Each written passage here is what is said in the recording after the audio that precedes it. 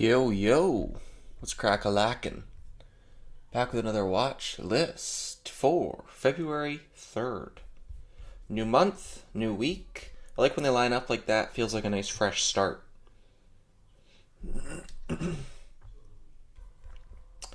Okay, SPGC.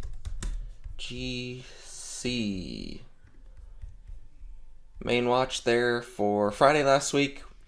We got that unfortunate larger gap down that I would have liked, but I still joined that trend off of open. We had nice failed follow through here. You just would have had to sit patient right till the close and right around 11 o'clock, like I typically I'm away. So that mid 70s to mid 60s was the only meat I caught on it, but ended up going sub 50 there in after hours. So pretty nice backside of the move. Hindsight, obviously, wish I just kept my size. I was fairly sized in up here in the 80s, 90s, and that would have been a lot nicer of a trade to be able to scale into that winner, but is what it is. Ended up playing out pretty well once this 73 line gave way. Consolidated below it the entire day, put a bunch of bag holders on the wrong side, and then failed that trend. Here we go. AMOD, recent percent gainer. Way down off its highs, so with names like this, I'm typically setting price alerts for higher, something like a 350, 360 price alert. If we were to get a spike back up towards $4, then it could be a possible shortened resistance. And if it were to get back up there in sort of a grindy action, then there could be a breakout down the line.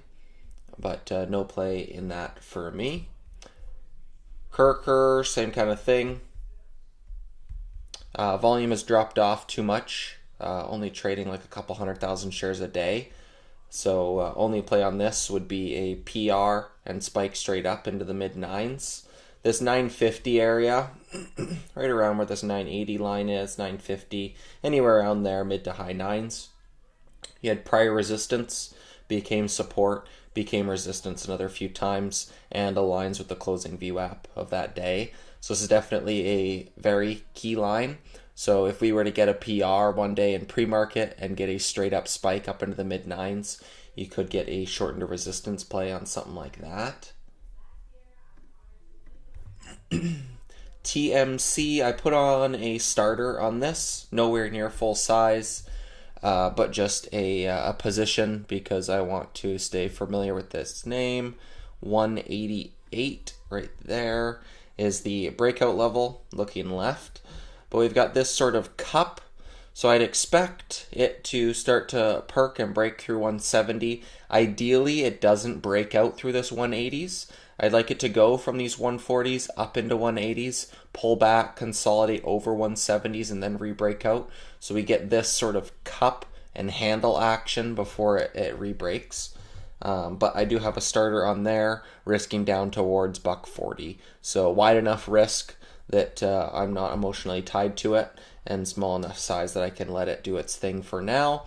Lighter volume, but if we can get a day like this that starts to perk and break out, it likes to pick its trend. We've got these higher lows and wicks on the daily that keeps me interested.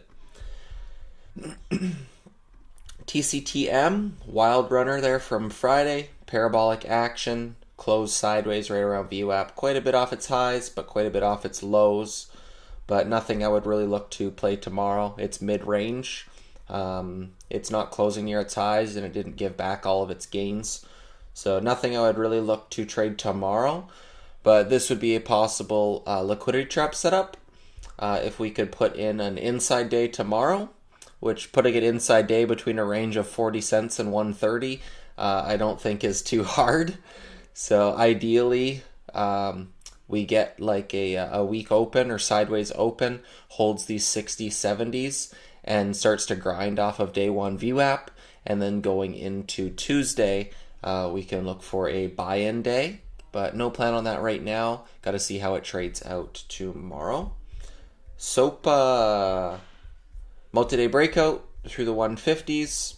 This one's gapping up quite a bit, so too much for me to chase, but you get that push at the open, pulls back, consolidates, grinds up higher. It did re-break out after hours, but that 150 break is fairly clean there on the daily looking left.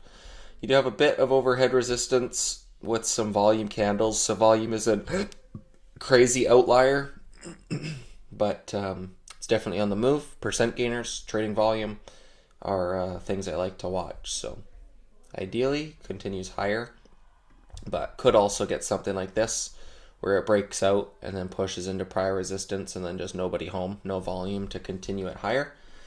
SLS, same kind of thing.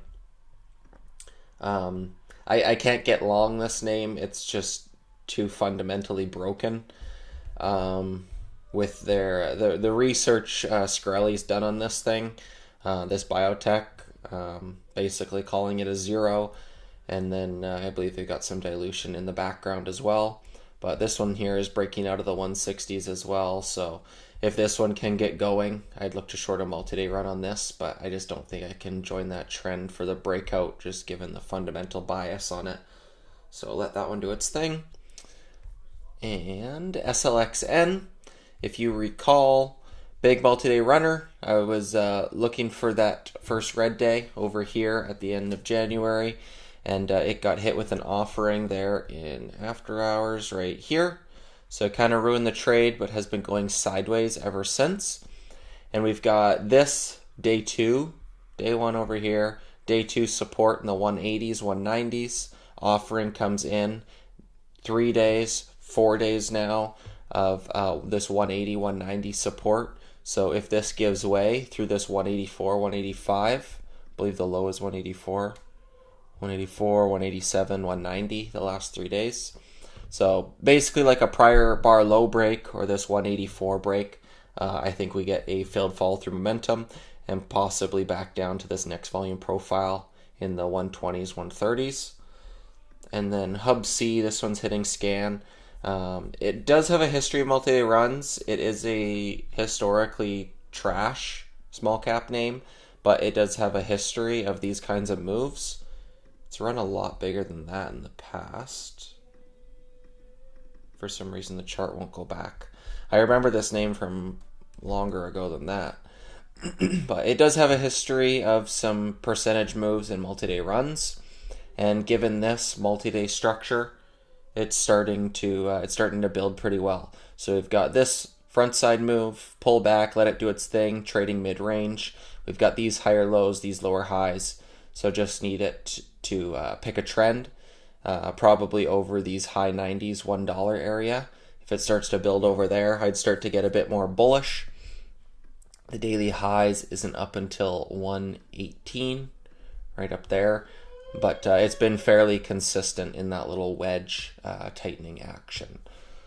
So let's go into the comments here. Gallo, what's going on? Golan, good evening. Crashing the market. I'm a crashing markets kind of guy, so looking forward to tomorrow. Yeah, I think it's futures. Let's see.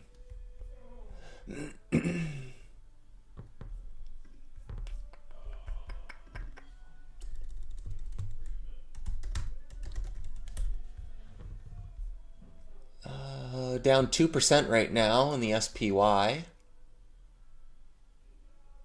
So that thing's getting smoked.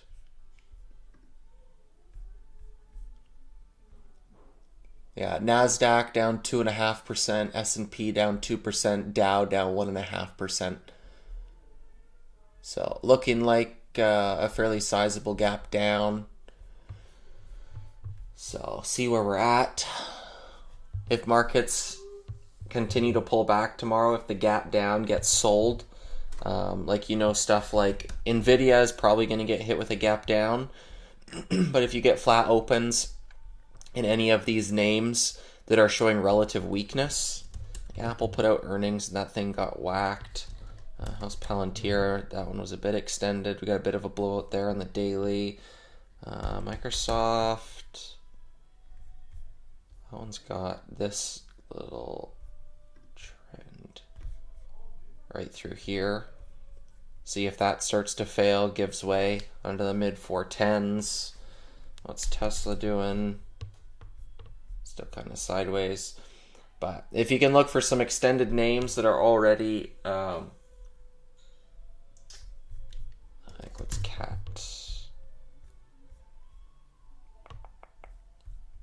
Yeah, like Nvidia, I think looks the cleanest because it's got its gap down and now it's showing relative weakness versus the rest of the market. Something like SPY that's still up near highs. So a 2% pullback on SPY is still at 594. So we're still up here. Yes, it's a big gap down, but it's still right near highs. So people like to repost these headlines and shout from the rooftops when you get these big red days. But in 2024, like we're up from 470 to 600.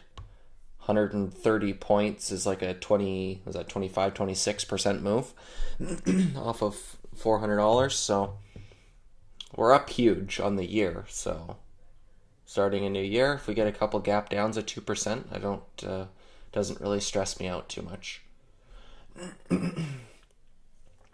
Chris, how's it going? Q, how's it going? Jeff, how's it going? Luke, how's it going? Bass Hunter, how's it going? NLSP watching for a 50-day moving average. Gross. It's a one-day failed spiker. No interest there for me. SPY took out weekly lows on futures. Gotcha.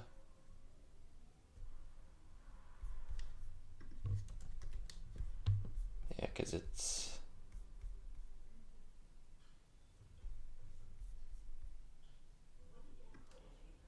$594.64 and we're at $594.6 right now.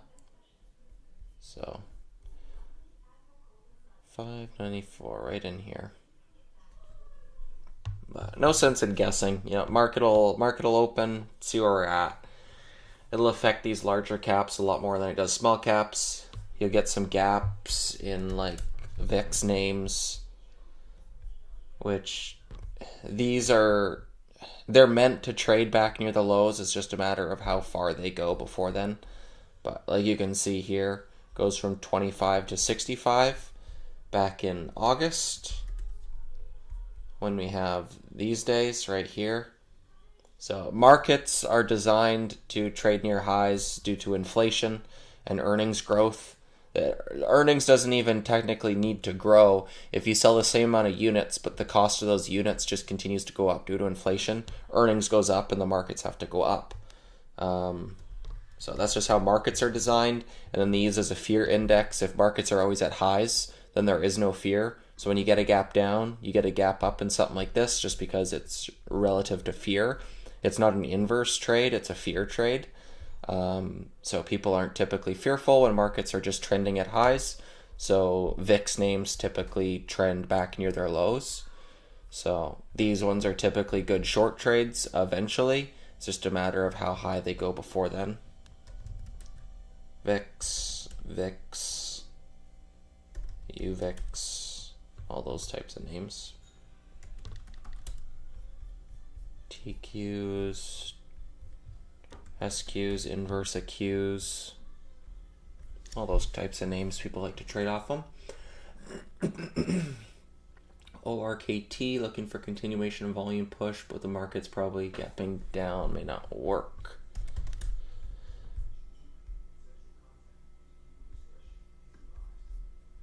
That's a weird trading name.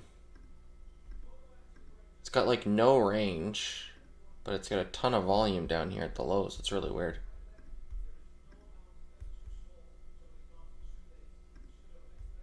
Yeah, I do not like the way this name trades at all. It's like it trades super illiquid, but it's got 14 million shares. That's weird. Yeah, it doesn't trade very nice. So I would write that one off, personally. Can you break down UAMI? If I got a pattern. Yeah, it's holding up pretty well. Is this one of those, is it oil and gas or gold and silver or something? I think this one's tied to a sector.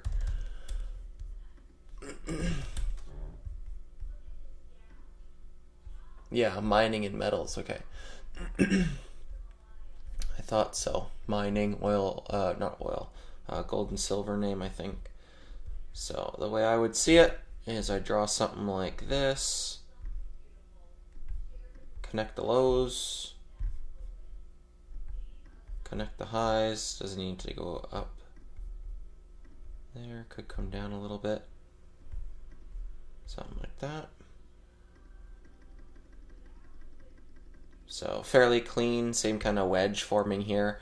Doesn't trade super volatile, but same kind of thing as TMC, where when it does go on multi-day runs, and it broke out, like you can see, from August until December. You had a 4-month consolidation before it broke out. So I don't think it's something that you'd want to be buying here anticipating a breakout, because this could take another 2 or 3 months if it's going to repeat its history here. So volume has gone, so you'd need to see some sort of pocket pivot through the daily, get like a 10 million share day, start to break through 2, and if this starts to break and build over 2, then it looks like game on. If you get like it's like 190s, but I just say $2 because whole $0.50. But if it breaks through like 195s, starts to consolidate over there, looks like it wants higher prices. But you'd probably need names like silver, gold, that kind of stuff.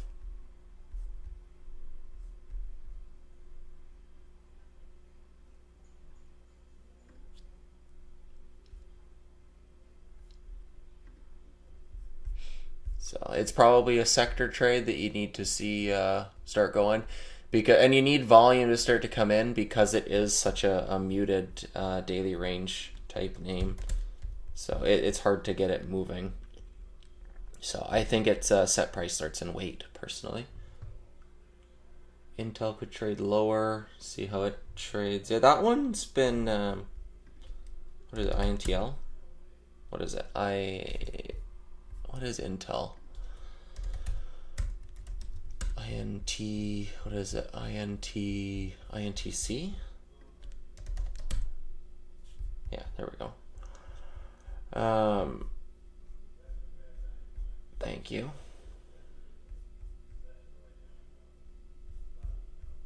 Yeah, like this one's just getting smoked ever since.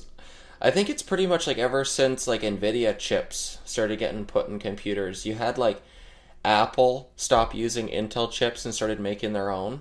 So they don't use the Intel i7 anymore. Now they use the M1 Max chip. Like they use their own chips. You got Nvidia making chips. You got AMD making chips.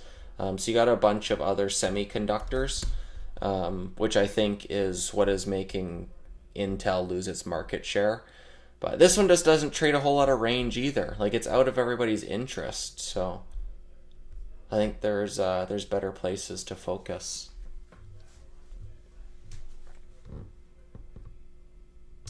Not many on watch for tomorrow. I like the daily on SPGC for first green day. If we can gap lower, but I hate the intraday action. Seems like most ranges after hours. Yeah, I agree. Most of the move on this, like front side had some pretty good range. It was a bit choppy, and then after hours comes and it swipes it up like 30 cents. And then you get this day 2 gap. You get nice range here, blow off into the 110s, back down to 70s, which is, 40-cent pull is pretty good. But it chops sideways the rest of the day. You don't get that big trade. And then you get that 73s break that consolidates there the rest of the day. And then you get 20 cents by after hours. So pre-market and after hours, you got to kind of play the gaps on something like that, it seems like. So definitely not an easy trader, I'd agree. Stan mentioned Wrecker.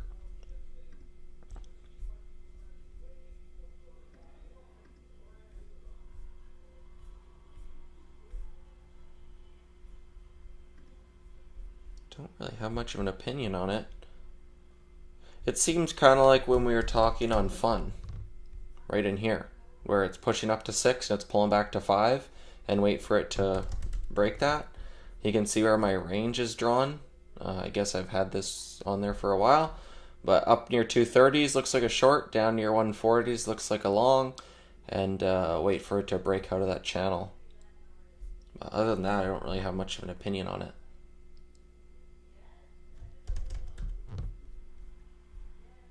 Yeah, Kirker, it could get some wildness, but given the volume, it doesn't fit my backside bounce criteria. So I'd be waiting for some sort of a parabolic move. Ideally, puts out a PR and rips in pre-market, and then I can fade that as a gap or gap short into resistance.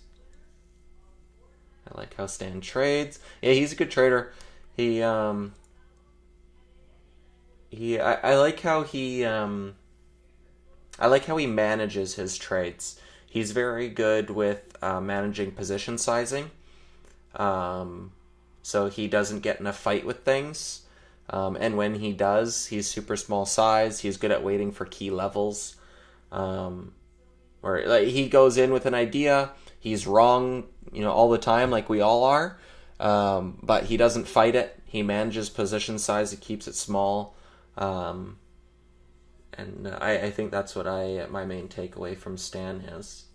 It's how to manage a trade once you're in it.